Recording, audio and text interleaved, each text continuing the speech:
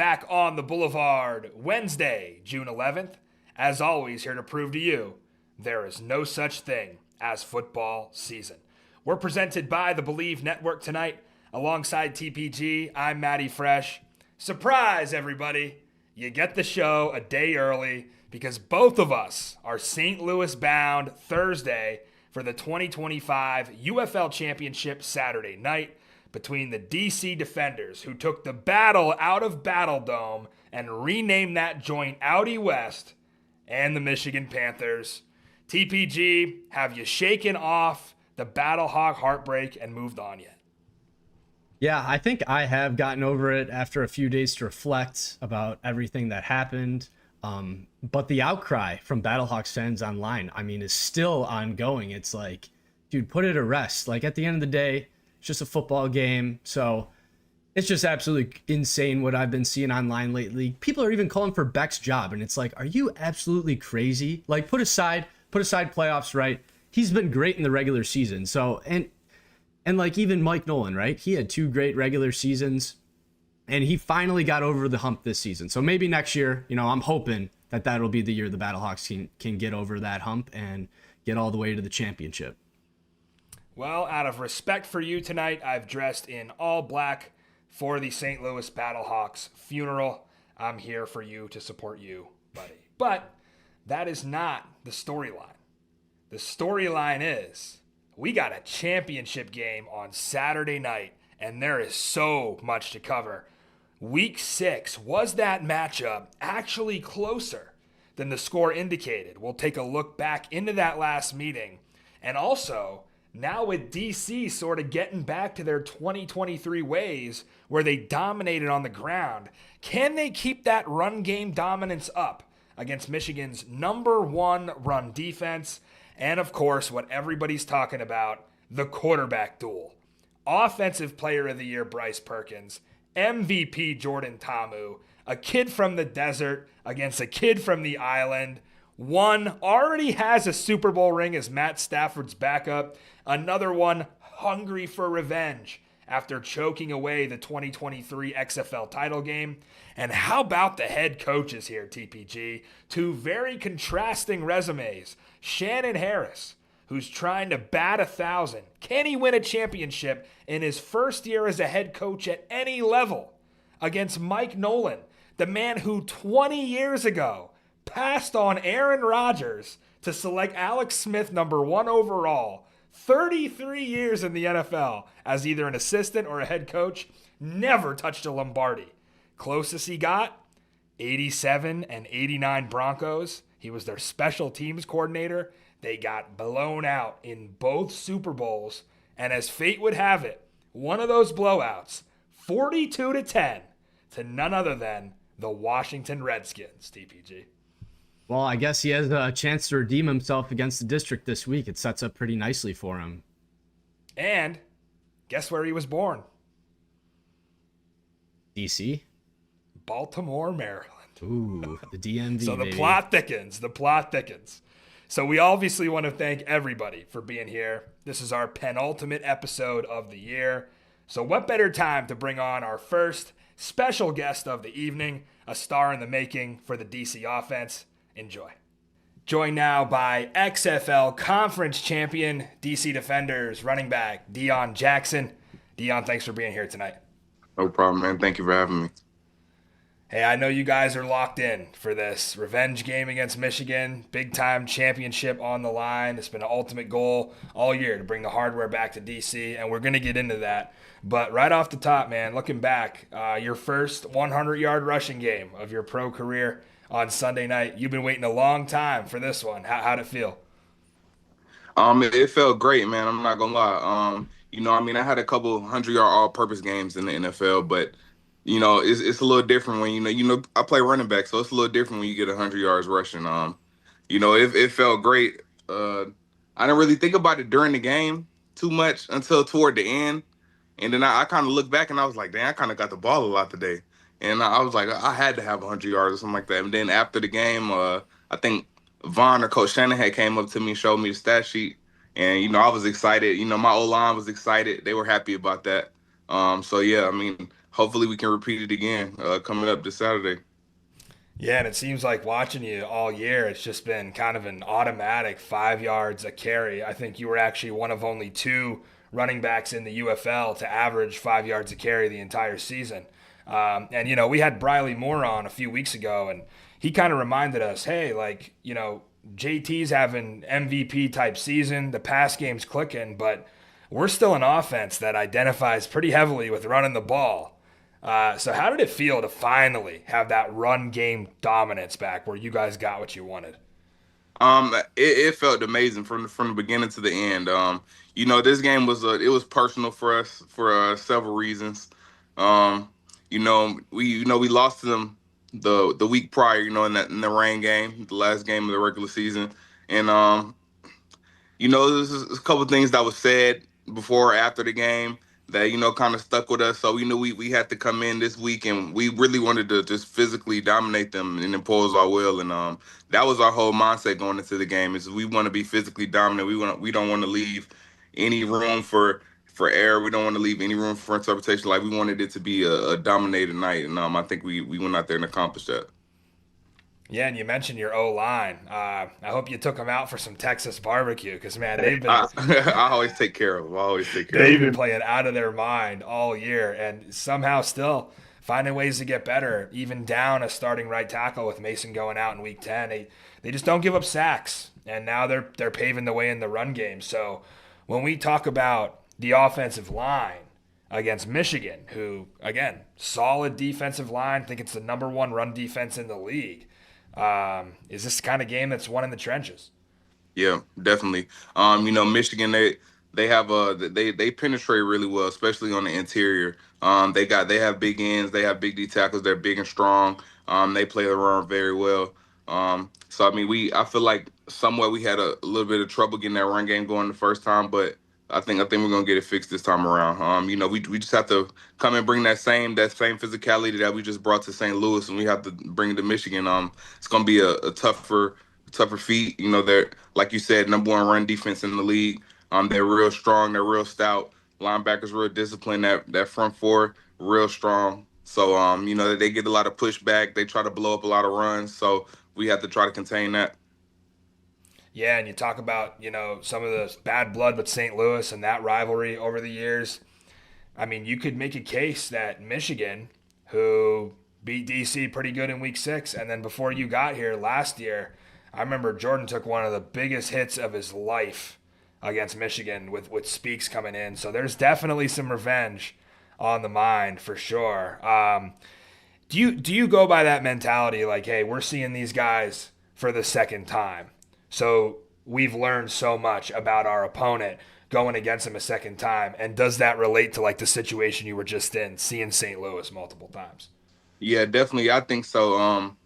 We like you just said, we've seen them before. So those same mistakes that we made that first time around, because honestly, I feel like we didn't execute that well offensively or defensively. It just wasn't a good showing for either side of the ball. So I feel like if we learn from our mistakes from that first time around, which I feel like we have, and I feel like we're going to correct those coming up. I think it's going to be a lot better game. I think people are going to see a better showing out of us, and I think we have a chance to beat them. We just have to come with our A game, just like we came with last week. Because St. Louis wasn't a slouch. That wasn't a slouch opponent or anything like that. I feel like we just came more prepared that day. And as long as we come in prepared with that same mindset that we went into last week with, I think we're gonna get the result that we want. Absolutely. My co-host is here. TPG had a couple questions for you. TPG, go right ahead, man. What's going on, Deon? Appreciate you joining us on Championship Week, but I will say, I think you do look a lot better in blue than you do in red. Hey, this is my first time in my whole life outside of like playing with the Browns or whatever. It's my first time never wearing like blue. I've worn blue my whole life from reg ball all the way through high school into the pros. I wore blue my whole life for the most part, so it was a little different wearing red, but I like it though. It suits me. Well, maybe next year, you could switch it up a little bit, get some blue on. So we'll see. We'll see. So you come from a family full of athletes, right? Your dad was a former college running back. Your mom ran track in college, and even your brother had a solid college football career. So What was it like growing up in a household full of competitors, and how has that gotten you to where you are today? Um, a lot of competitiveness.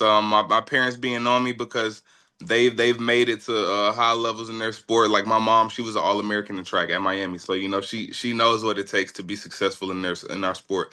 Actually, my younger brother, my baby brother right now, he plays linebacker at Kentucky. So Oh, it's just nice. kind of in Oh, my family's nice. pedigree. Yeah, we're just a family full of athletes. Thankfully, I got some good genes. Absolutely, absolutely. So, doing some background research on you, you went to high school with Wendell Carter Jr., and you guys also went to Duke together. Do you guys still keep up at all, or? That's my boy. Yeah, we actually we started going to school with each other in middle school. So we Damn. went to middle school together, and then so our middle school went from 6 to 12. So I left in ninth grade and I went to Pace, and then I convinced him to come to Pace with me, and then we ended up going to Duke together too. So it was kind of crazy. It's one of my best friends for like almost my whole life. So it's kind of crazy. Yeah, I actually just Yeah, talked to him that's last week. oh, that's awesome. I mean, yeah, I'm a Chicago guy, so a big Bulls fan. I mean, I loved when he was on the Bulls. I wish they kept him around, but that's another organization with a laundry list of problems. So this is a football show. We're not going to get into that here tonight. So, out of college, you get signed as an undrafted free agent by the Colts. And what was it like being in the same running back room as Jonathan Taylor? Um, It's crazy. He ended up becoming one of my closest friends to this day. It was cool, man. I learned a lot from him. I leaned on him, try to kind of wean my way into the pros. Because I went into the running back room with him, Marlon Mack, and then Naheem Hines was there as well, and I was that fourth guy, and I learned a lot from those guys, and especially JT. Um, he treated me very well. He kind of showed me how to be a pro and everything like that. He would have me over. He's a good dude, man. He used to have all the running backs over to his house every other week. Bring a barber, get a chef. So I kind of got treated real well, especially being like especially being a rookie. They treated me real well. He didn't since he was the leader of the room pretty much. I didn't have to do any like rookie duties or anything like that because he was a young guy too. We were the same age, so he wasn't going for that. But Well, that's good great. dude, and I still talk to him to this day as well. Absolutely love that. I just love hearing, the players' stories about, guys that they get to, connect with in the NFL and, get to foster some great relationships. Um, so I got to ask, like, what would a UFL championship mean to you and your teammates after all the adversity you guys have battled this season? It mean a lot. Honestly, it'd be like all the hard work paid off. I feel like out of all of the teams, I don't think people practice as hard as us. I don't think people meet as long as us. Like, you kind of just see going in and out of the building since, we're all in the same like UFL headquarters. I don't think people put in the same amount of work as us. And I feel like if we get this championship, all of the hard work that we've given, all of the obstacles and everything that we've overcome, whether it be coaches leaving, whether it be injuries, I think it'll all pay off. Absolutely, absolutely. Well, Dion, I got one more question for you. Who's a better hooper, you or Mateo Durant? Me. Me, right? But hey, but Mateo can hoop though. Actually, he surprised me. Like because we used to play basketball pretty often in college. Mateo can hoop. He's not better than me though. Well, absolutely. You got to be the better one. That's what you're gonna say every time. So, For sure, I definitely can't say he's better than me. well, Dion, appreciate you taking time with us. Best of luck on Saturday night. I'm gonna pass it back to Matt. Yeah, so wanted to ask you a couple more before we get you out of here, Dion. Obviously, we know the job is not done yet this season, but kind of looking ahead as someone who's played, 4 years in the NFL, when you look back on your first spring football experience, first time giving this thing a try, do you think it's worth it to play in the UFL and then have to turn around immediately, jump into NFL camp, and then know if you make it and you latch on, you're going to be playing football all year round? And then if that is worth it, what would you say to the guys who would turn down the UFL and say, I'm going to stick with the NFL calendar, maybe sign on as a futures deal and get some rest here in the offseason? Um, Honestly, I would advise playing. Especially if you go through a situation like me to where after out of camp last year, you go through the whole season and pretty much you don't get picked up. Me personally, I didn't want to be a year removed from playing in a football game and then trying again or trying to get into OTAs with someone or trying to wait around until camp when I used this as a chance to get some film. Um, especially since my time in the NFL was especially on offense wasn't I didn't have the biggest offensive the biggest prominent offensive role, just because being undrafted, in situations like that, being up under veterans and everything. Because I played under a lot of great running backs. In Indy, I was behind JT. New York, they had Saquon. So Cleveland. When I was in Cleveland for that month, they had Kareem Hunt was the guy. Kareem Hunt and Jerome Ford. So yeah, so just I feel like it was worth it. I got to hone in and refine my skills. Honestly, I feel like this year was the best that I've ran the ball probably in my career. Just being technically sound, ball security, finding my reads and everything like that. And I think my coaches helped me out a lot. And I would definitely advise it. I'm not too worried about having to play potentially 2 seasons in 1 year. That's where it comes where getting rehab and taking care of your body and treatment and everything like that. They do a great job here. So I've always stayed on top of that. So thankfully, my body feels great right now. Throughout after this whole season, my body still feels fine. I feel like the same way I did when I came in day one. Now, thankfully. So yeah, I would definitely advise it rather than signing the futures, because I could have did that, sign the futures and tried again this summer. But I feel like I wanted to put together a body of work where it would be easier for me to sign with the team, and that have some more current tape other than people looking at my 2023 or 2022 tape and everything like that. So I just wanted to get an updated body of work, and just get out there and be able to play the game I love. Yeah, and kind of a follow up on that, you talk about kind of that 2 seasons in one. If you do end up being a one and done in spring ball, which certainly we hope that's the case, we hope you do latch on back in the NFL because you got a lot of ball left in you. But when it comes to the spring ball calendar, from a player's perspective, going through this, training camp starting beginning of March and then championship game here in mid-June. Would you rather maybe see that push back where you guys show up in camp maybe January right after Christmas and then the season would wrap up, let's say, mid-May? I think that could be a good idea. Um, just to give an extra, month or so, a month or two, just for your people to get their bodies right. Because I've seen right now the regular season ended a week and a half, 2 weeks ago, and people are going straight into workouts and everything like that. So and me personally thinking about it right now, I'm thinking, oh wow, like I don't know how they're doing that. But I mean, it's just kind of have to do it, I guess. We got dreams, you got to chase them. But I feel like that would be better on the body, better on the players to be able to have them, give them more time to prepare for these auditions for some of these teams to try to sign and get into camps. But no, you can't complain when your opportunity comes. You got to take it. Yeah, and you talk about some of those guys that are already working out. You have to think you're playing for a championship. So that's like the most important thing. And you're hoping that, some of these scouts and some of these guys are, when they talk to you and they bring you in NFL camp, you're like, hey, the reason I couldn't be here is because I was playing for a championship. So you want a winner. Here you go. Here's your winner. I was about to say teams love winners, especially in the NFL. They love winners. So. Yeah, absolutely. Well, that is Deon Jackson, DC Defenders running back, fresh off 110-yard performance in the XFL Conference Championship.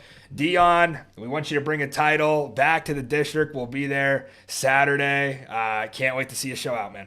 I appreciate it, man. Thank you. Thank you for the support. Wow, just great stuff there from Deon. You could tell, man, this DC run game peaking at the perfect time. And if he can go back-to-back 100-yard games in the playoffs, he might be taking home more than just the UFL championship trophy, TPG. Yeah, I was impressed with that performance he put together. And really the second half of the season has been amazing. So I don't know if DraftKings is going to offer you any championship MVP odds, but I would probably put Deon Jackson. No, he's probably got some juice because everyone's going to think, oh, DC's going to try to air it out. Probably you're looking at Deon Jackson around like plus 800. So I'd love those odds. I'd take those odds in a minute. If Absolutely. you're betting at the TPG Sportsbook, that's what I'm going to post it at, plus 800. Well, hope that's not in Illinois, so we don't have to pay an extra 50 cents on my God. our sportsbook tax. I'm in the process of trying to buy a house, and I am at my wit's end. I am about to go over the border to Indiana, so I don't have to deal with that anymore. Because this state sucks. Well, Chicago's cool. This state sucks, though. Considering you just blew your down payment on Battlehawks money line, good luck with that one. Well, I kind of blew that in Vegas a couple weeks ago. So, all right, let's get into it. Game 43 of 43. It all comes down to this, folks. Michigan Panthers, DC Defenders, 2025 UFL Championship. My preseason prediction for this game has become a reality. And the Panthers, believe it or not, are field goal favorites with the total at 50.5, by far the highest we've seen this year. Now, the teams did combine for 52 back in week 6. It was a 38-14 Michigan drubbing. I did go back, DPG, and I watched the full game this week. It was painful. But it's a little interesting how your perspective can change when you take that emotion and that overreaction of like losing out of it and take your heart out of it and just keep your head in it and just watch the game, break it down. I mean, I remember a month and a half ago when DC lost this one, I felt terrible. I did not think this was a championship team anymore. And then watching back, like, it becomes pretty clear this game was a lot closer than I think the score indicated. And there were several moments that you can identify where DC did kind of beat themselves. Now, before I get called a homer, yes, this was absolutely the best football game Michigan played all year. I think it was their most complete football game. Not taking any credit away from them. But the reality is, if you watch it back through the first 4 drives of that game, it was setting up to be a real back and forth affair. DC shook off an early miscue on their first possession where they ended up getting stonewalled on 4th and 1 inside the 5. They fought back from that, and there was a point in the second quarter they were just trailing 7-6. I think there was about 6 minutes left till halftime. They were driving. They had a chance to really take command of that game and set the tone, but Tamu just took an awful sack on a 3rd and short, and literally everything spiraled from that moment on. Perkins did him dirty. He had that inexplicable Houdini, whatever you want to call it, touchdown pass to Hicatini, put him up 14-6. Right after that, DC shanked a punt, 12-yard punt that put Michigan on the plus 34 and gave them a free 3. And then you go into half, it's 17-6. You're sitting around scratching your head saying, how the hell are we down 11 here? We outgained them through a half. We're 5 of 9 on 3rd down. That's excellent. And we ran 12 more plays than they did. The tempo was fast, like they were playing well. But it's those plays and that 1 3rd down sack, whatever it was about that, completely changed the momentum, flipped the game on its head. And then what happened in the second half? The effort that DC showed in the second half was pathetic. And I do want to focus on the offense more. Going to get to the defense later, but I do want to make a real quick point.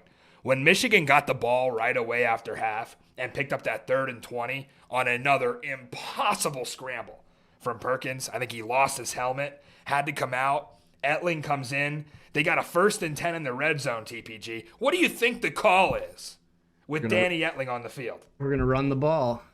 It's the most obvious run situation you've ever seen. And DC knew that. Blake Williams knew that. They put 8 in the box, and they still got blown off the ball. It was a 19-yard carry from McCrary to the 1. Game over.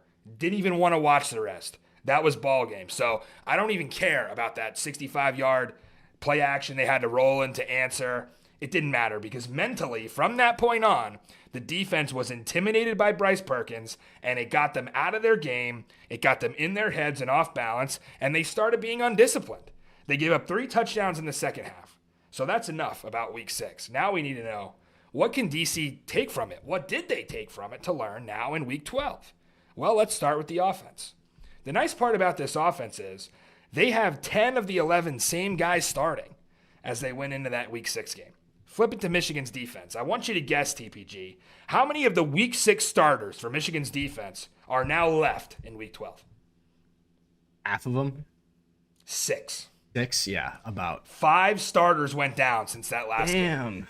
Now, they did get the 2024 DPOY back with Breland Speaks, right? He did not play week 6. And I think Tamu was pretty thrilled, considering, if you remember, Breland Speaks baptized him in 2024 with that hit. That was one of the hardest hits I've ever seen in the UFL. I'll still say to this day, that's the one that won him DPOY. In the NFL, that would have been a flag. Would have been a flag. Oh, absolutely. Yeah, it was a monster hit and not one that Jordan forgets anytime soon. And I think he's got some revenge on the mind. And, you know, I guess everyone wonders, why is Michigan's pass defense, like, why'd they look so solid early in the year? And now it seems like they've taken a massive step back. Well, that's why. They've lost 4 defensive backs. Like, it's plain and simple. So, plus Frank Inda was all over the field in week 6, and they don't have him anymore either. Now, I will also add that I think at the beginning of the season, right, you saw defenses, they were feasting, right? But it took till about week 4 or 5 for the offenses to catch up. So yeah, they were playing good. They got great players, but it was about time before the offenses caught up. And I will say, I think by week 6, I think we were okay. I think we were able to see a full product by that point. So, again, don't want to take anything away from Michigan's defense. I think DC had some good games before that, and Michigan just played really well on defense in the second half. But, you know, fast forward to now. Now you've got all these starters out, and you've got to try to stop Jordan Tamu. Jordan Tamu is 61% on third down in his last 3 starts. 61% they're hitting on. This Panther defense can't get off the field. I mean, they're giving up 50% on third down their last 3 games. That's a big key to me. And one more key when it comes to, I think, DC's offense having the advantage here. What did A.J. Smith tell us last week about Colin Bauer's Michigan defense? Well, he said, we played them once, and we had every call. We had every hand signal, everything read. Knew exactly what the defense was every time. And it checks out, because what do we know about Mike Nolan? He was a defensive guy in his past as a DC for many NFL teams. We know he's had an influence on Colin Bauer and how he calls the defense. He's vanilla.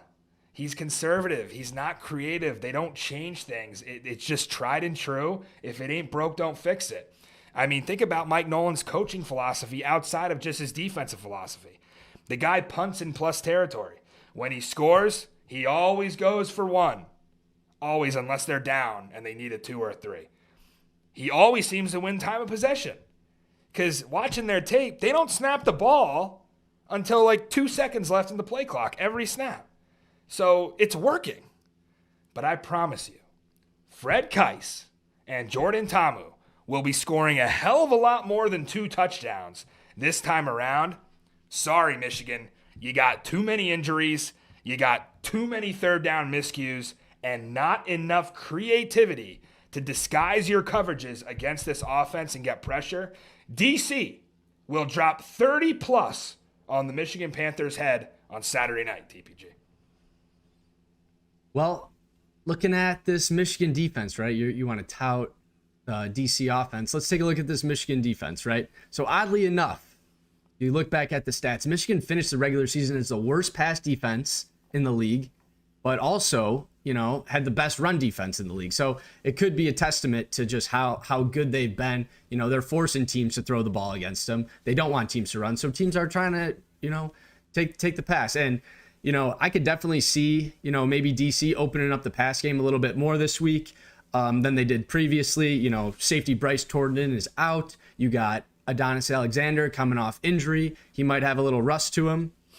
So who knows? But I do think, with the DC pass volume, you know, I do think that favors them in this matchup. And to be honest, I don't see DC having much problems either, running the ball either, just because they were that dominant against St. Louis. So in theory, you know, they'll definitely be fine. But regardless in this game, I don't think the defenses really matter. I think it's going to be all about the offenses, and I could see a lot of points being scored. Both teams 7-1 to the over this season. And even though the total's super high, you said it's at 50.5 now. I grabbed it at 49.5.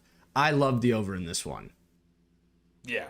Yeah, I would have to agree. And we're going to get more into that. But, you know, when we're talking about DC's offense against Michigan's defense specifically, there's definitely some room for improvement for DC, who, again, only scored 2 touchdowns back in week 6, and they've been rolling ever since. All right, we are in a minute going to flip sides of the ball and deep dive what makes Michigan's offense so explosive. But we've got a special guest, another one who's been a massive part of Michigan's offense this year. Enjoy. Joined now by USFL Conference Champion Michigan Panthers wide receiver Malik Turner. Malik, thanks for being here. No problem. Thanks for having me. Yeah, man. So I know the focus is fully on Saturday's championship now, but we do have to take a minute to highlight 44 points in a playoff game. That was a modern spring football record. You guys average more points than anyone else in this league. What's making this offense so unstoppable right now? First off, that's the standard we set at the beginning of this season. We have the right guys in the room. We have a lot of playmakers from Toa to Cioci, J-Mo, Matt, Nate. Everybody plays a pivotal part in this offense, and we don't go anywhere without the O-line. And then you got Perk navigating it all. So, you know, overall, we're a well-balanced offense, and Marcel's putting us in some good situations for the playmakers to make plays, and that's just what we've been doing. Yeah, and taking a look at the impact that you've made in your first season as a Panther, this offense had just 9 passing touchdowns in 11 games last year, now up to 15 in 11 games. What is it you feel your skill set brings to contribute to this offense? Just being able to play anywhere they need me. I played a decent amount of football, so just being a guy in the air for younger guys or guys that have questions, just being able to give them my perspective on things that I've tried, haven't been successful with, or have been successful with. And I think it is just,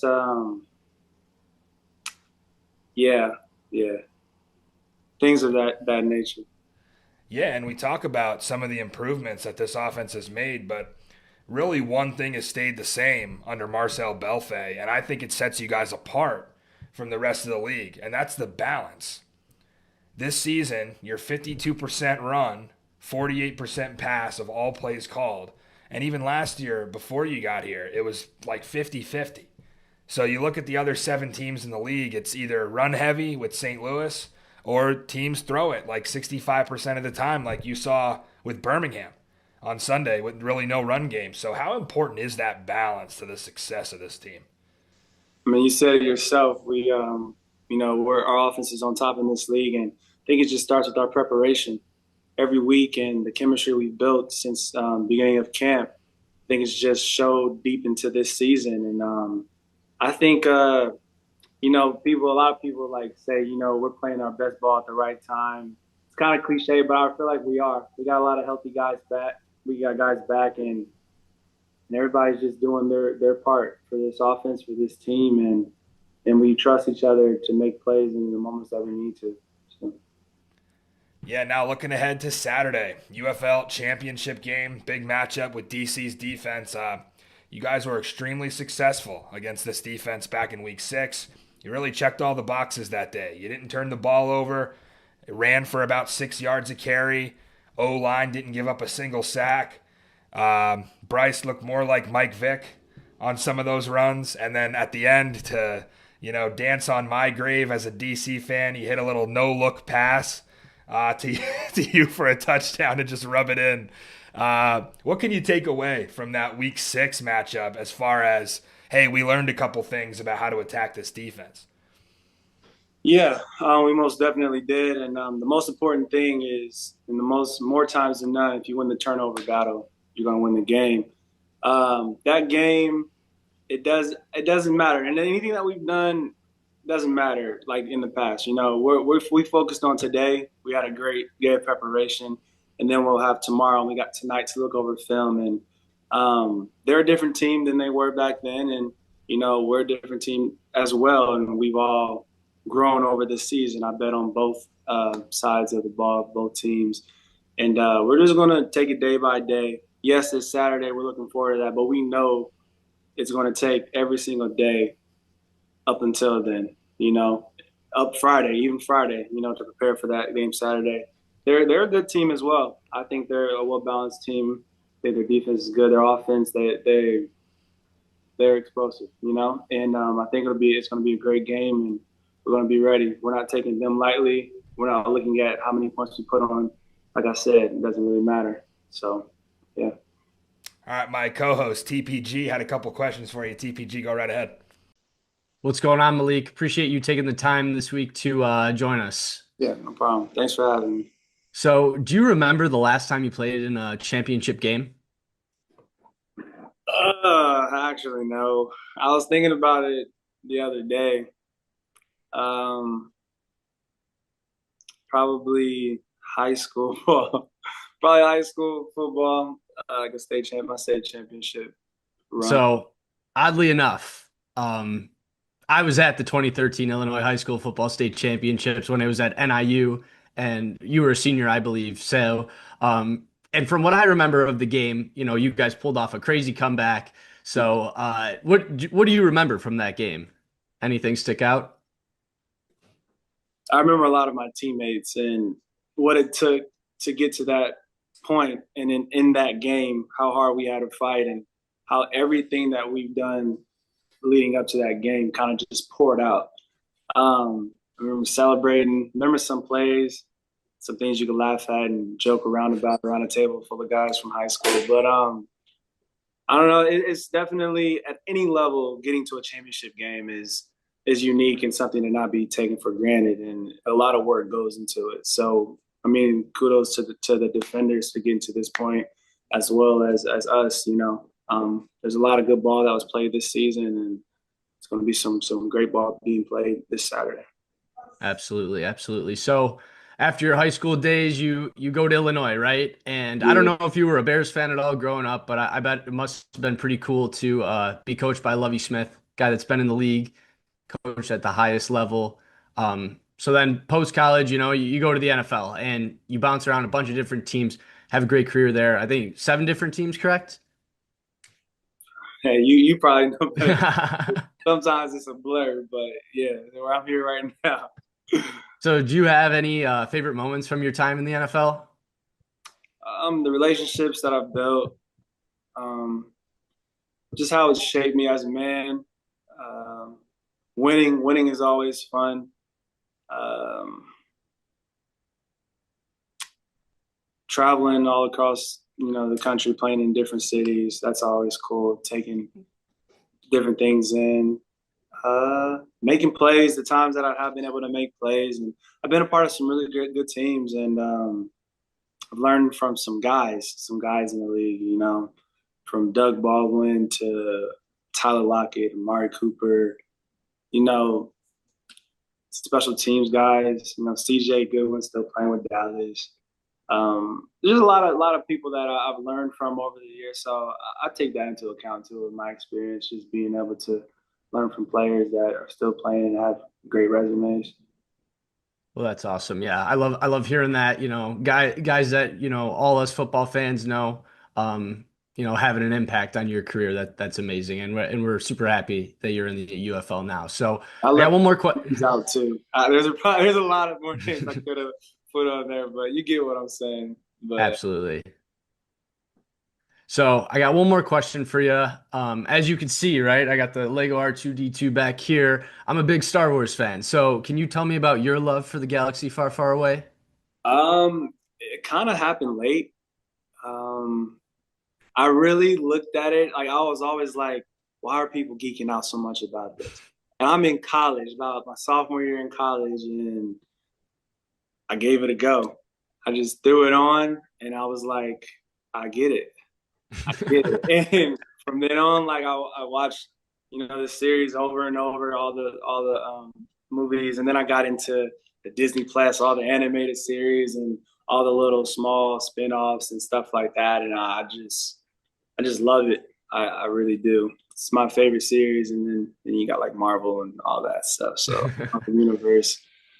But yeah, man, I'm a big fan of Darth Vader. Big fan of Episode 3. It's kind of like my alter ego. So yeah, no, I have a lot of love for Star Wars. I absolutely love that. Would you ever consider pulling out the Abdul Carter Darth Vader on the eye black? I saw that. I don't know. I don't really do too much. I've not done that, but I have a little first down celebration and things that I like recite in my head, things that I say, to kind of get me in that mode. So, but yeah, no, I saw that. That's pretty hard. That's hard. That's awesome. Well, thanks, Blake, for joining us today. I'm gonna kick it back to Matt. I got you. Thank you. Yeah, that was a great question, TPG. I'm just noticing he's got the Anakin Skywalker braid. That's super hard. I didn't realize the connection there, but that is hard, man. That is really cool. That was a good question. Yeah, for sure. And kind of getting a little back into football to wrap this up. With you having such a unique perspective of, being in the NFL for 7 years, playing any role, whether it was a starter, backup, 53-man, P squad, whatever it was, and then you get to 29 and you decide, hey, I'm going to give spring football a chance. After this experience in the UFL, do you think it's worth it to play spring ball, turn around, and then immediately jump into NFL camp knowing, hey, if I make it, I'm going to be playing football year round? And then what would you say to the guys who would turn down the UFL because they'd rather stick to the NFL calendar, maybe sign a futures deal, and get that extra couple months of rest and recovery? Yeah, that's a loaded question. It's a great question, though. For myself, it really depends on the person. Like you said, I played a couple years in the league, and there are some things that happened that kind of, put me in the position that I'm in. And I love football. I have a lot of football left in me, and I wasn't done. And there was a time where I had no shot of getting into this league. And I feel like it's becoming a more of a respected league. And there's a lot of, high caliber players in this league that are making the names for themselves to bridge back into the NFL. And so coming in, I want to get back to the NFL. I told my teammates this, and, all the guys know that.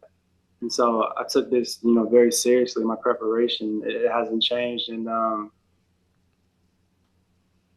invested in this, and whatever happens after this happens. But I want to win a championship with this team. I'm not looking any further than tonight's preparation for the game Saturday. I'm invested in this, and that's all. I'm gonna leave it all out there. I'm not worried about anything but going to play on the field with my brothers and getting a championship. It's hard to get to a championship, and I haven't won one since high school. So I can't wait to be on the field with my brothers and just having a good time out there for sure. Going back to St. Louis, not too far from my hometown. So, I'll have some support there, some love there, and it'll be special. Yeah, and I think that answers the question right there. I mean, do guys want a chance to compete, or do they want to be sitting home on the couch waiting for NFL training camp, waiting for mini camp, whatever? I think, for competitive nature of football players, why not get on a team? Why not get out there and be part of a locker room again? And yeah, you might have to play 11 months a year. Yeah, if it all shakes out, right? But, well, if you don't mind me adding, my role in the NFL, I've been able to stick around just because of special teams.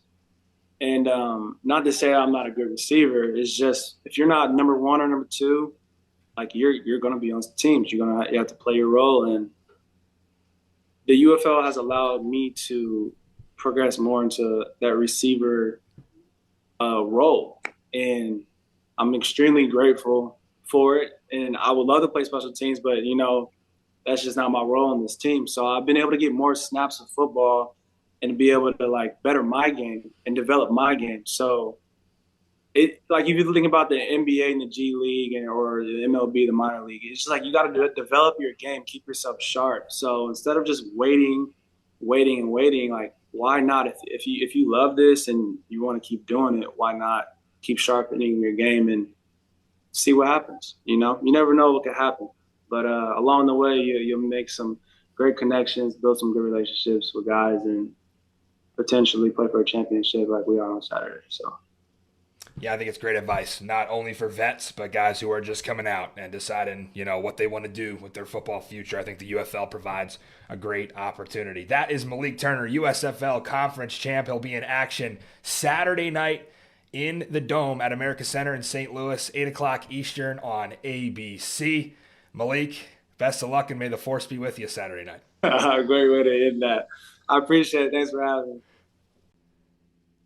Well, I didn't have the balls to tell him to his face, but if Malik Turner's Darth Vader, then Blake Williams is Darth Sidious.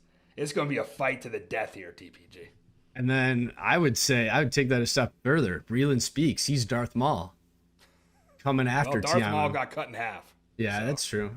But he took a life before, so I don't know. Maybe that could be Tamu, and then you got Delio to come in and save the day. Who was the only one to survive? Luke Skywalker. No, I think it was Kenobi. I think you got your episodes mixed up. Maybe. Clearly not a Star Wars guy. All right, what you got for this one? So I want to focus on what the Panthers did well back in Week 6, and they straight up dominated the Defenders in that previous matchup. Even though DC had more offensive snaps, like you pointed out, Michigan completely controlled the time of possession.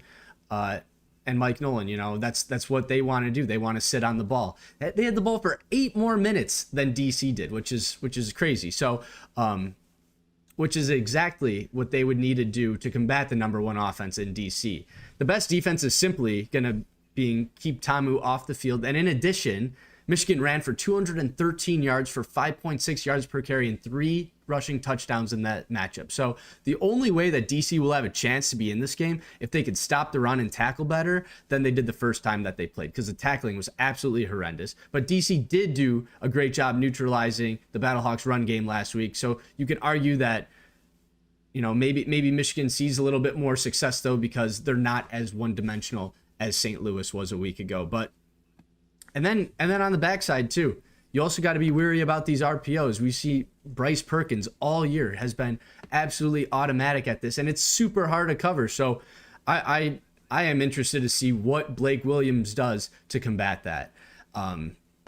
So taking a look back also at that matchup, Perkins went absolutely nuclear. That's why he won the Freshie Award for Offensive Performance of the Year. He threw for 188 yards and 2 touchdowns while also adding 76 yards on the ground and a rushing touchdown. So I think it's going to be a super long evening for DC if they let Perkins be Superman and absolutely run wild and are unable to bring him down, which many teams have failed to do all season. But Week 6 is in the past, Matt. That doesn't matter. The only game that matters now is the one in front of us. So let's get into it. And I was really surprised about how good Perkins looked last week after not playing in almost a month.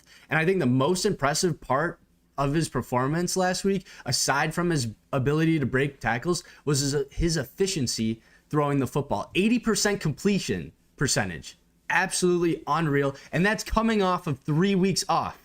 When have you ever seen a quarterback do that? Maybe you expect him to be 50%, not 80% though. But all that makes me think that he's kind of playing up this ankle injury.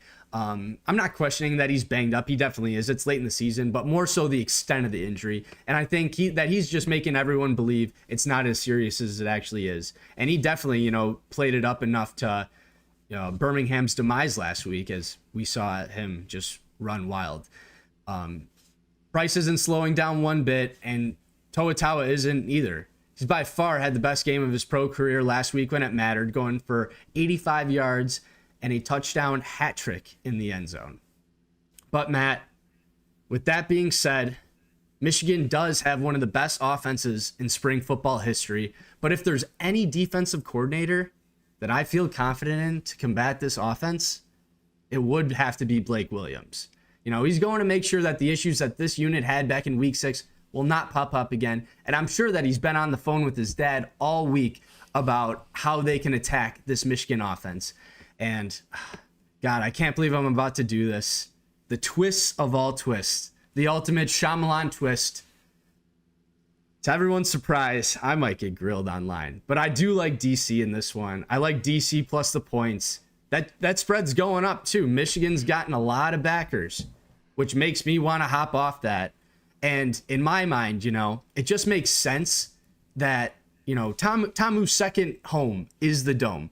So in my mind, Jordan has the chance to win the biggest game of his spring football career back where it all started for him in 2020. I am in complete shock right Yep. now. I'm speechless. I did not see that coming. That was the biggest not so fast, my friend, we've ever had on the Boulevard. And, to be honest, TPG, the sad part of this is historic trends are not on our side here. Now I'm calling it our side because you're with me for the first time all year. Historic trends say 2023 DC loses to the worst team in the league, giving that team their lone win of the season. But they still go on to win a conference championship. Then we know what happens. They lose the big one. And let me just say, if history were to repeat itself 2 years later, I will crawl into a hole in my backyard. I will ask TPG to fill up a wheelbarrow of Old Bay seasoning, which he will then shovel over my body and bury me under forever. Now, moving on to the matchup and how DC can prevent history from repeating itself. Panthers offense, DC defense. Got to start with kind of what you touched on. How did it look in week 6? Well, pretty awful. Atrocious, actually. It was repulsive. It was sickening. That there's not enough adjectives here for me to describe. And you could tell how deflating it was when Blake Williams is standing there on the sideline. Fourth quarter, I think they're down 20. And he knows, no matter what he calls, didn't matter. Nobody in a white jersey could tackle Bryce Perkins that afternoon. Now let it be known, we did have Bryce on the Boulevard just a few days after that performance. And he said, I love making those highlight reel plays, but we can't rely on them. Right? Got to run the offense. He said, I want to get guys the ball who are maybe a little huskier and can take those hits better than I can. So he was definitely in some pain after taking some hits. But, I mean, I know he's going to say that because he's humble. I know Shannon Harris also said, hey, after week 6, he had a quote where he was like, nothing Michigan did schematically beat us that day and that we beat ourselves. But when you watch it back, you start to realize, like, there's other games where Bryce has done this. It wasn't just week 6. It was, hell, last week against Birmingham, he did it again. So I think we're just all wrong here. Like, Bryce Perkins is the scheme. He is the offense. It's point blank, period. We could break it down all we want. It's just not the same without him. And he redirects so much attention to his escapability. And because of that, Michigan's able to run the ball. Well, one slightly promising piece of evidence, DC did a great job against another running QB, Max Duggan, last week. Again, I don't want to put Perkins and Duggan in the same category. Bryce, obviously the better runner. But if you were trying to see scout team Perkins, I think Max Duggan was like a solid example of how to prep for that style of player with just less athleticism. So it boils down to this. We know Michigan's offense and DC's defense are both at full strength. No real injuries to worry about here. What separates Perkins from other scramblers in football is not his ability to make throws downfield. We've seen plenty of running quarterbacks do that. We've seen it in college. We've seen that in the NFL. We even saw that with Adrian Martinez in the UFL last year. What separates Bryce Perkins, he does not turn the ball over. Period. For as many hits as he runs through, never fumbles. For as much pressure as he's constantly under when the pocket's breaking down, he doesn't throw picks. So all these player comps that we've given him over the last 12 weeks, TPG, think about it. You said 04 Mike Vick. Well, 04 Mike Vick threw 1 million picks. I mean, I think it's hard to compare him. Like, it's more like a Lamar Jackson at this point. I mean, do you remember when the last time Bryce Perkins turned the ball over was? Was it a fumble or did he actually throw a pick? It was a pick. Probably got to go back to the first half of the season, I would guess. Maybe, was it the St. No, it wasn't the St. Louis game because I was at Lang. Whatever the game they had before that. He threw a pick 6 week 3 against San Antonio. 2 months ago. Oh, yes. He fucked my cover. I forgot about that. Yeah. But that's insane. I mean, I know he took a couple games off, but still, the guy doesn't turn the ball over. Damn. He had a close call against Arlington where he fumbled in the end zone, but he bounced right into his lap to recover it for a touchdown. So he just doesn't turn the ball over, and he's an assassin. So, and now sticking with the theme of those NFL comps on kind of a larger scale, you think about the Michigan Panthers. Which NFL team does the Michigan Panthers most closely resemble? The Eagles? It's not the Bills. It's not the Bills like A.J. Smith said. The Eagles. The Eagles. Yeah. It's the Eagles. Same style of offense. Hurts, Brown, Smith, Barkley. Panthers have Perkins, Turner, Mariner, question mark. And I know you're a Toa-Taua guy, and I'm a Nate McCrary guy. The fact is, they're slow. They are not fast running backs. They're strong, but they are not fast. So, DC has to stop the run here. That is where they can gain an advantage. They did it against St. Louis. Held them to 83 yards on 3.8 a carry.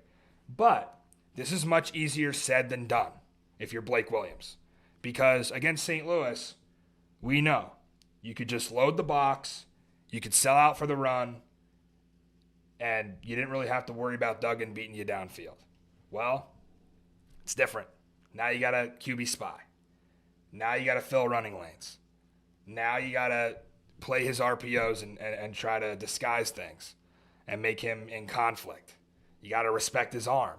So this is things that Blake Williams is talking about this week, right? Staying disciplined and trying to outsmart Bryce Perkins, which is going to be very hard. They got to force his first turnover in 2 months. They have to. They must do that to win this game.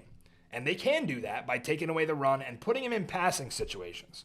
Now, the problem with that is there ever just like a passing situation for Bryce Perkins?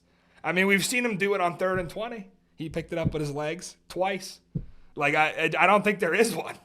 Like, you're always going to have to contain with this guy and his scrambling ability. So, with that said, folks, I agree with TPG. Get ready for a shootout because both offenses are rolling right now. We got 2 of the best trigger men we've ever seen at this level. And one thing you'll notice, TPG, with both these guys, when there's 2 minutes left and you're down a score, I would not want to be the defense. I do not want to be in that position because they're winners. And it's in those 2-minute situations they play their best. Think about Perkins, the Arlington game-winning drive. Iconic, right? Think about Tamu. How many times did he do it? Did it against Arlington. Did it against San Antonio. I mean, led him on a nice drive down the field to ice the game against St. Louis in week 3.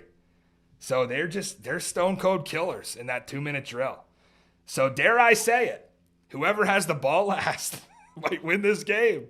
Or I guess if you find a way to score on defense and special teams, that might play a big factor. But as I did in 2023, putting all my chips on red, baby. It's finally time for a DC Defenders championship parade in Navy Yard. We're taking the trophy down N Street, past Nats Park, past Walters, going around the block to the birthplace of the beer snake at Audi Field, where for the first time in 6 years, the nation's capital will have a sports championship to celebrate again. Fred Keiss, OC of the Year. Jordan Tamu, MVP. Shannon Harris, Coach of the Year. And I'm calling it right now.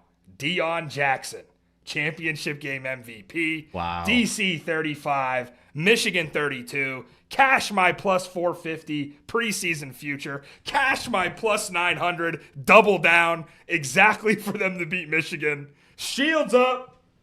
Get the towels. This is our year, baby. This is our year. And this entire staff is going to ride off into the sunset and go join Reggie Barlow at TSU. And we'll keep the party going in Nashville. Oh, we want the beer snake. Oh, we want the beer snake. Woo! There you have Well, it. I will say, like, from what I've seen, I think they're going to announce the MVP on Friday. And I am worried. About It's that old Jordan. adage. About that old adage, like they always say, especially like in college football, it's like the guy that wins the Heisman, very rarely also wins the national championship. I think the last time we saw that in college football had to be Cam Newton, maybe.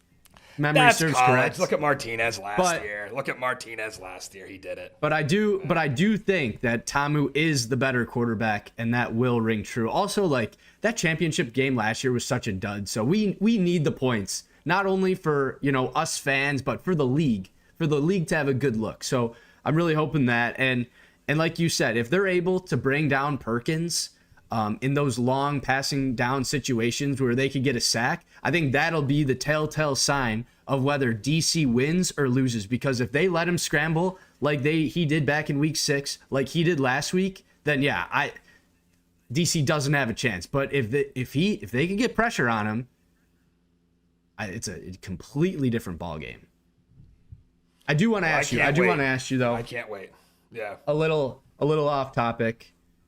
Mike Nolan's a special teams guy, right? Like you said, he was a longtime special teams coordinator in the league. They did have the special teams player of the year this year as well.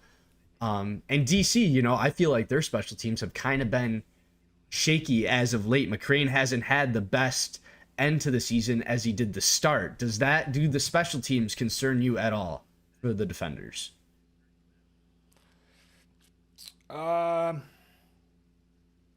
In the field goal game advantage DC, I trust McCrane more than Potter.